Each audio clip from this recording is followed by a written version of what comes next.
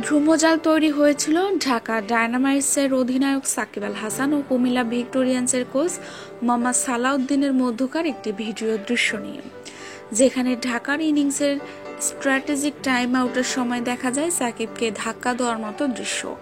ঠিক কী ঘটেছিল ওই মুহূর্তে মাঠে, ম্যাচ শেষে তা খোলাসা করেছেন ভিক্টোরিয়ান্স দল নেতা ইমরুল কায়েস। ঘটনার সূত্রপাত ইনিংসের অষ্টম ওভারে তরুণ মেহেদী হাসানের একটি বল ঢাকার ব্যাটসম্যান রাসুলি খেলতে চাইলে ব্যাটের কানা স্পর্শ করে তা চলে যায় উইকেটের পেছনে। বল ব্যাট স্পর্শ করলেও আম্পায়ার বলটিকে ঘোষণা করেন ওয়াইড হিসাবে, যা সহজে মানতে পারেননি কেউই। ক্রিকেটারদের এমন সিদ্ধান্তে হতাশা প্রকাশের পর স্ট্র্যাটেজিক টাইম আউটের সময় মাঠে প্রবেশ করে আম্পায়ারের কাছে এর প্রতিবাদ জানান সালাউদ্দিন। এমন সময় আম্পায়ারদের দিকে এগিয়ে এসে উত্তপ্ত স্বরে কিছু বলতে থাকেন সাকিব। এরপরই দেখা যায় সাকিবকে হাত দিয়ে ধাক্কা দেওয়ার মতো একটি ঘটনা।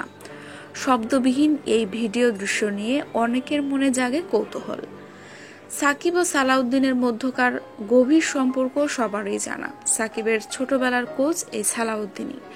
এখনও যখনই কোনো সমস্যায় পড়েন তার কাছে ছুটে যান সাকিব। তবে কি এমন ঘটনা ঘটেছিল মাঠে, যার জন্য এমনটা করলেন সালাউদ্দিন? ম্যাচের ওই মুহূর্তের ভিডিও দৃশ্য দেখার পর এমন প্রশ্ন জেগেছিল অনেকের মনে।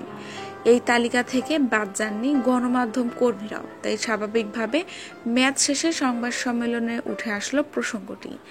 এই প্রশ্ন ওঠার পর বিষয়টি পরিষ্কার করলেন ইমরুল কায়েস। তিনি জানালেন, বিষয়টা যেভাবে দেখা হচ্ছে তা আসলে ঠিক নয়। নিছক মজা থেকেই ঘটনাটা ঘটেছে। ঘটনার সময় সাকিব ও সালাউদ্দিনের সাথে থাকা কায়েস জানান, ঘটনাটা আসলে খুব ফানি একটা জিনিস।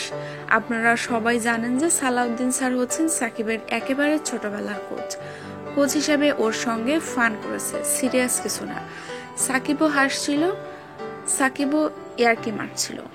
তাছাড়া সাকিব আম্পায়ারের সাথে অন্য বিষয় নিয়ে কথা বলেছিল বলেও এ সময় উল্লেখ করেন তিনি।